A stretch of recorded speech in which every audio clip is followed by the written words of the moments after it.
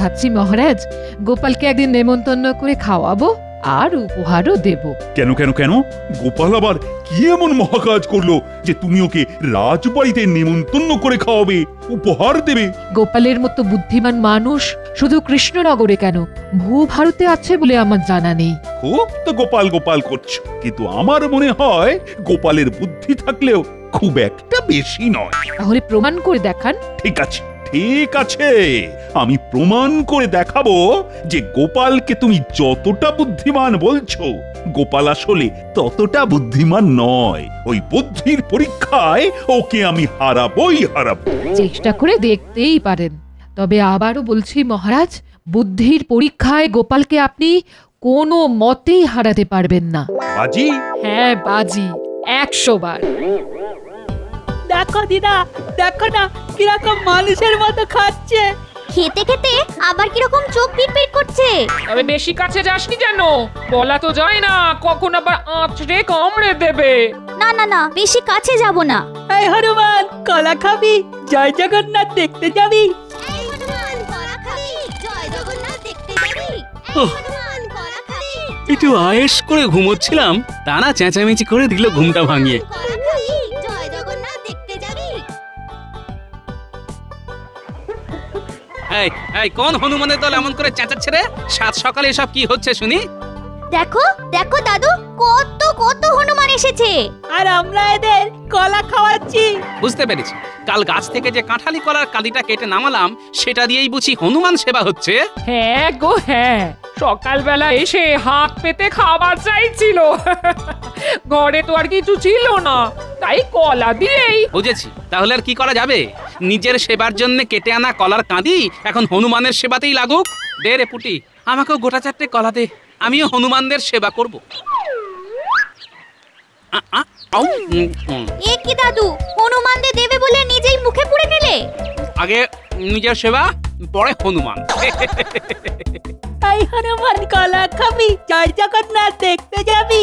কি কি বললি? আমি হনুমান? শুধু হনুমান নয়, একেবারে গোদা হনুমান।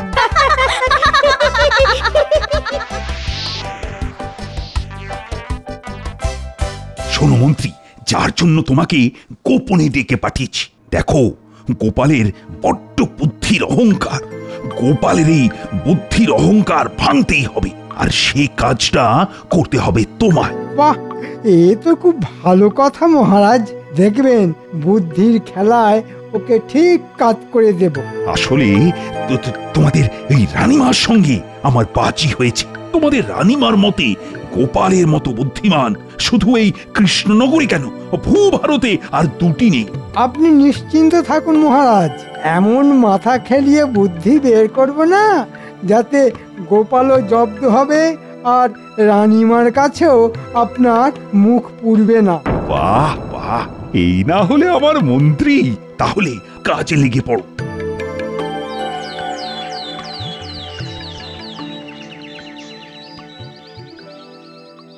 আচ্ছা মন্ত্রী, গোপালকে কি যেন বলবে বলেছিলে তুমি? হ্যাঁ হ্যাঁ হ্যাঁ হ্যাঁ হ্যাঁ, মনে পড়ে গেছে। আচ্ছা গোপাল, তোমার মাথায় টাক কেন? তাই তো হ্যাঁ, গোপালের মাথা ভর্তি চুলের বদলে টাক কেন? কি আপদ, এটা একটা কথা হলো নাকি? আমার মাথায় টাক পড়লো কেন সেটা আমি কি করে বলবো? আরে তোমার মাথা জোড়া টাক, আর তুমি বলবে না? আমি মনে হয় উত্তরটা জানি। হ্যাঁ জানো জানো? বাহ বাহ বাহ বাহ, এই না হলে আমার মন্ত্রী। আমরা সকলেই জানি, দাঁত থাকতে দাঁতের মর্যাদা আর চুল থাকতে চুলের যত্ন করতে হয়। মানে রোজ দাঁত মাজা, চুলে তেল মাখা, চুল আঁচড়ানো, এসব তো করতেই হয় আমাদের।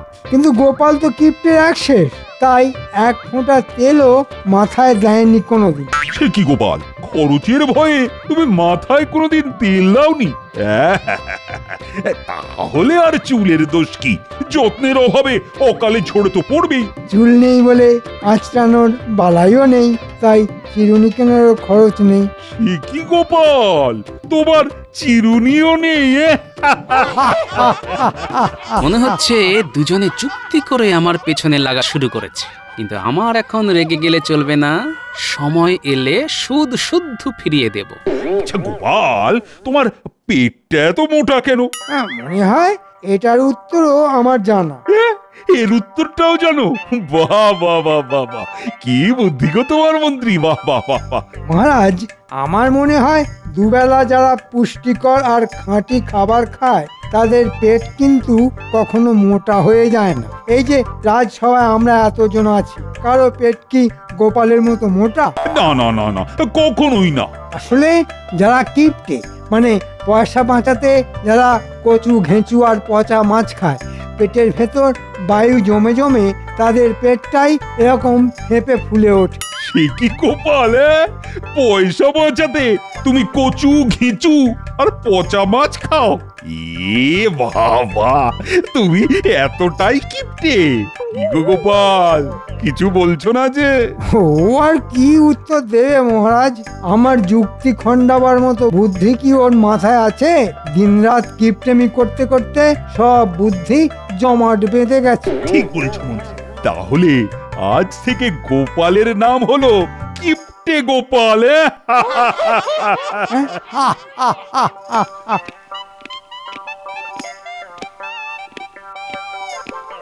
মহারাজ, মহারাজ, এক দল হনুমান এসে আপনার ওই ফলের বাগান একেবারে তছনছ করে দিচ্ছে। সে কি? চলো তো, চলো তো দেখি।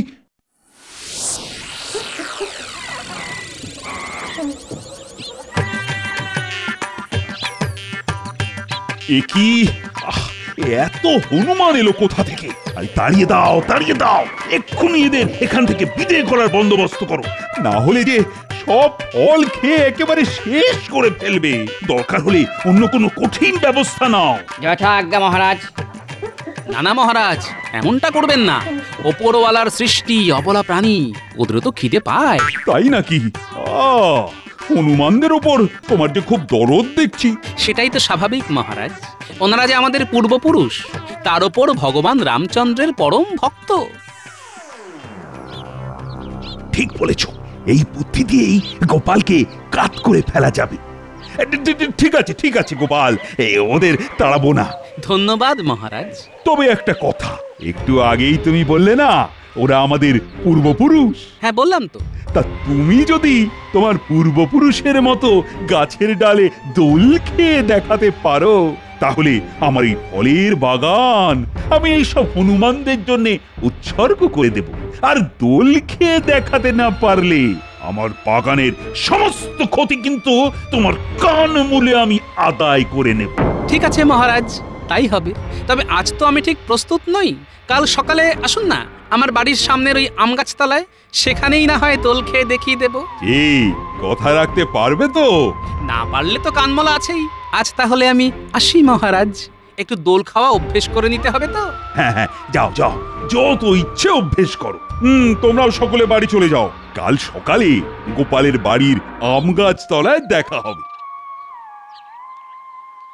কি গো মন্ত্রী, গোপাল তো এক কথায় গাছে দোল খেতে রাজি হয়ে গেল।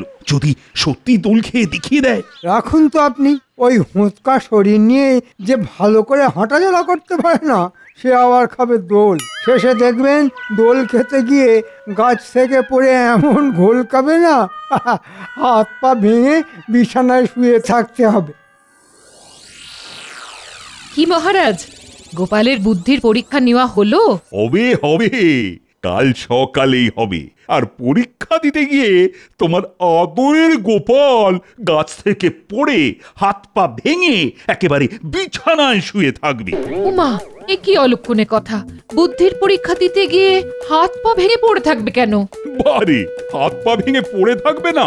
গোপাল সকলের সামনে বলেছে কাল গাছ থেকে দোল খেয়ে আমাদের সকলকে দেখিয়ে দেবে। তা ওই ভারী শরীর দিয়ে গাছ থেকে দোল খাওয়া তো দূরের কথা, গাছে উঠতেই তো পারবে না। আর বেশি কায়দা করতে গেলে গাছ থেকে পড়ে হাত পা তো ভাঙবে। কই আনন্দে থাকুন। আমি আবার বলছি, গোপালকে জব্দ করা অত সহজ নয়। ঠিক আছে, বুঝে নেব ওকে আমি। আমি তো সেটাই দেখতে চাই মহারাজ। প্রায় মেরে এনেছি।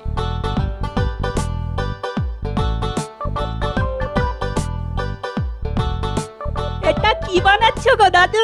দোলনা রে দোলনা, এই দোলনা থেকে আমরা সবাই দোল খাবো। কি মজা কি মজা, আমি দোল খাবো আর এরা খেলবে।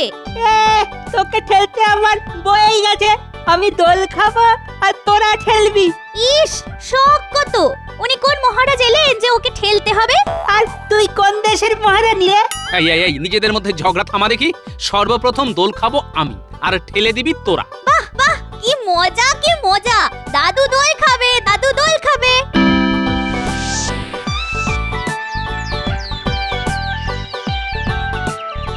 আজ দেখব গোপালের কেরামতি, কি করে গাছে উঠে দোল খেতে পারে। আমি আবার বলছি মহারাজ, গোপালের দ্বারা এই কর্ম হবে না, কারণ গোপালের পুরুং পারুং সব মুখে, তাই গোপাল আজ হারবেই।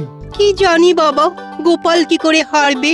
সে তো সবই পারে, তাই এটাও মনে হয় পারবে। তুমি চুপ করতে সাবা কই, সব সময় গোপালের হয়ে কেতন গেও না তো। সুপ্রভাত মহারাজ, আসুন আসুন। গোপাল, তুমি? আমি কিন্তু কথা রেখেছি মহারাজ। আমার পূর্বপুরুষদের মতো মহানন্দে গাছ থেকে দোল খাচ্ছি।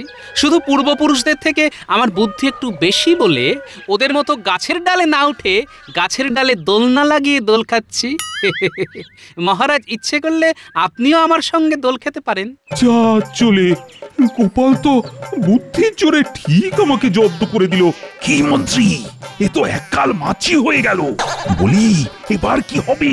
কি হলো মহারাজ? আরে বাবা, মন্ত্রী মশাইয়ের সাথে গুজুর গুজুর না করে দোলনায় দোল খান, খেলে শরীর মন সব হালকা হয়ে যাবে। না না, মানে আমি দোল খেতে পারবো না। কেন মহারাজ? বুদ্ধির খেলায় আমাকে ঘোল খাওয়াতে পারলেন না বলে মন খারাপ হয়ে গেল? হ্যাঁ, তুমি চুপ করো তো গোপাল। ঠিক আছে ঠিক আছে, তাহলে আর একটা মাত্র কথা বলেই চুপ করে যাব। মহারাজ, আপনার ওই সাধের ফলের বাগান তাহলে আমার পূর্বপুরুষদের দিয়ে দিচ্ছেন তো? হ্যাঁ হ্যাঁ, দেবেন দেবেন, তবে তবে আর একটা কাজ করে যদি দেখাতে পারো। বলেই দেখুন না, ঠিক পারবো। ভালো করে ভেবে বলো গোপাল, না পারলে কিন্তু মহারাজ তোমাকে এই কৃষ্ণনগর থেকে তাড়িয়ে দেবেন। আরে এত রহস্য না করে বলেই ফেলুন না কি কাজ। মহারাজ, তাহলে বলেই ফেলি। মন্ত্রী এবার হয়তো একটা জবরদস্ত কোনো মতলব এঁটেছে। বলে ফেলো বলে ফেলো মন্ত্রী, বলে ফেলো। কাল সকালের মধ্যে মহারাজ ও রাজ্যের পক্ষে সব থেকে বিপজ্জনক লোকটিকে আটক করে রাজসভায় এনে হাজির করতে পারবে? গোপাল হয়তো নবাবের কথা ভাবছে, আর তার সাথে এরকম করতে গেলে জামার খাবে না, বুঝবে তখন মজা। কি গোপাল, পারবে তো? এ তো খুব সোজা কাজ। কাল সকালেই তাকে বস্তাবন্দি করে নিয়ে আসবো আমি মহারাজ। তাহলেই তোমার পূর্বপুরুষ আমার ফলের বাগান পাবে। চলে এসো চলে এসো সবাই। আমিও কি আপনার সাথে আসবো মহারাজ? না, কচি খোকা সেজে যেমন দোল খাচ্ছিলে তেমন দোল খাও।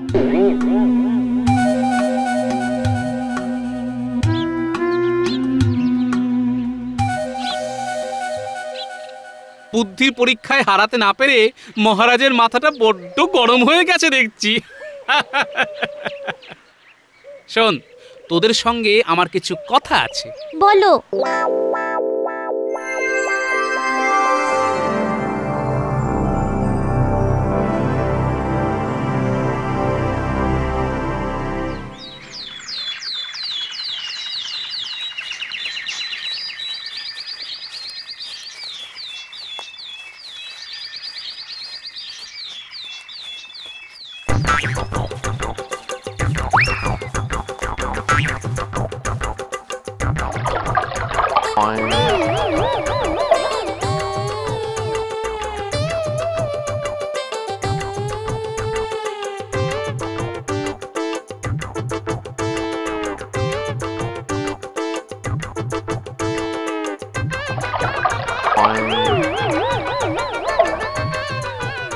আজ সকাল হতে না হতে এই পেটে চাপ পড়েছে।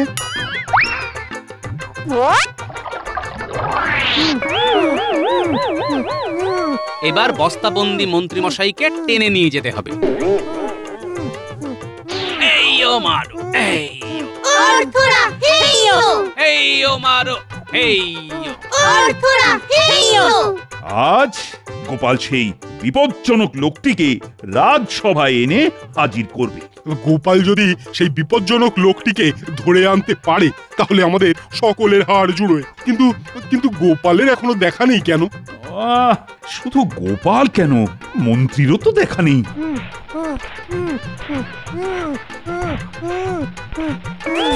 এই নিন মহারাজ, আপনার আর আমাদের রাজ্যের পক্ষে সব থেকে বিপজ্জনক লোকটিকে বস্তাবন্দি করে নিয়ে এসেছি। রক্ষী, আদেশ করুন মহারাজ। বস্তার মুখ খুলে ভেতরের লোকটাকে বাইরে বের করো।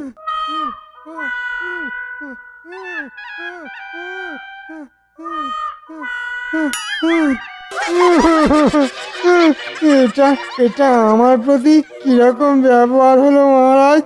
আরে এ তো মন্ত্রী। ও গোপাল, গোপাল, এ তুমি কি করেছো? কেন মহারাজ, আপনার ও রাজ্যের পক্ষে সব থেকে বিপজ্জনক লোকটিকে ধরে এনেছি। আমি আমি কেন মহারাজের পক্ষে বিপদ হব? আসল বিপদ তো মুর্শিদাবাদের নবাব। হ্যাঁ, নবাবকে তবু চেনা যায়, কিন্তু আপনাকে তো চেনা যায় না মন্ত্রী মশাই। বন্ধু সেজে আপনি যে বহুবার মহারাজকে চরম বিপদে ফেলার চেষ্টা করেছেন তার প্রমাণ তো অতীতে আমরা অনেকবার পেয়েছি মন্ত্রী মশাই। কি মহারাজ, ঠিক বলছি তো? ওরে বাবা, গোপাল যে উল্টো চাল চেলে মন্ত্রীকে এইরকম বিপদে ফেলে দেবে এটা তো ভাবতে পারিনি।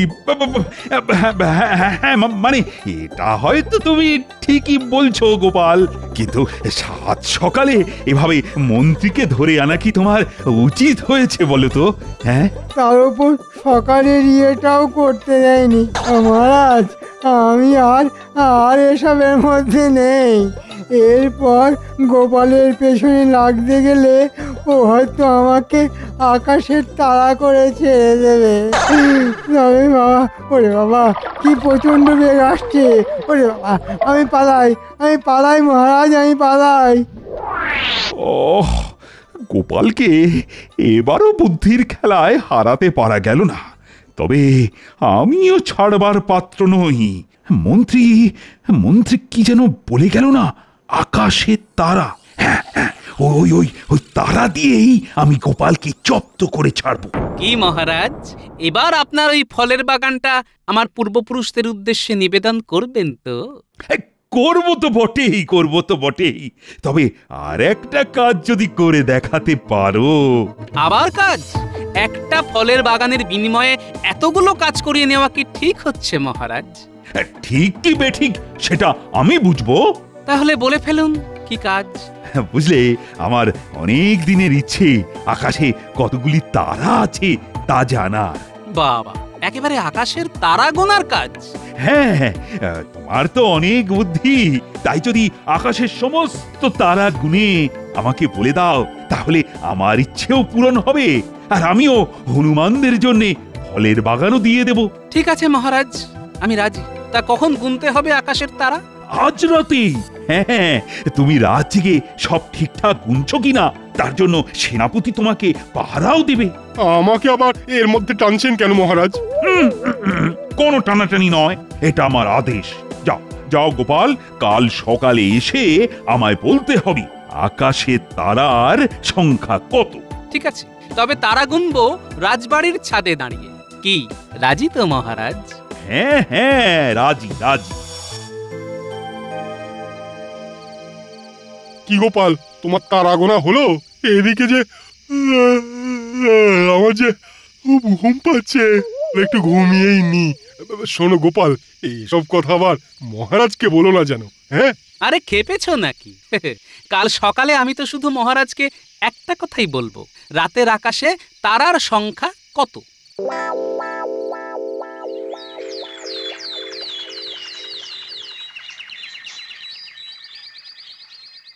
এবার গোপালকে যে ফাঁদে ফেলেছি না, দেখবে ও ঠিক হারবে, আর তার সাথে তুমিও বাজিতে হারবে। দেখাই যাক কে হারে আর কে জেতে।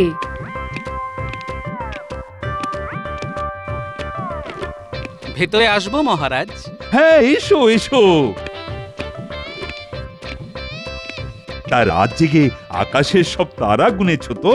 হ্যাঁ মহারাজ, সব তারা গুনে ফেলেছি। বাহ বাহ বাহ, খুব ভালো।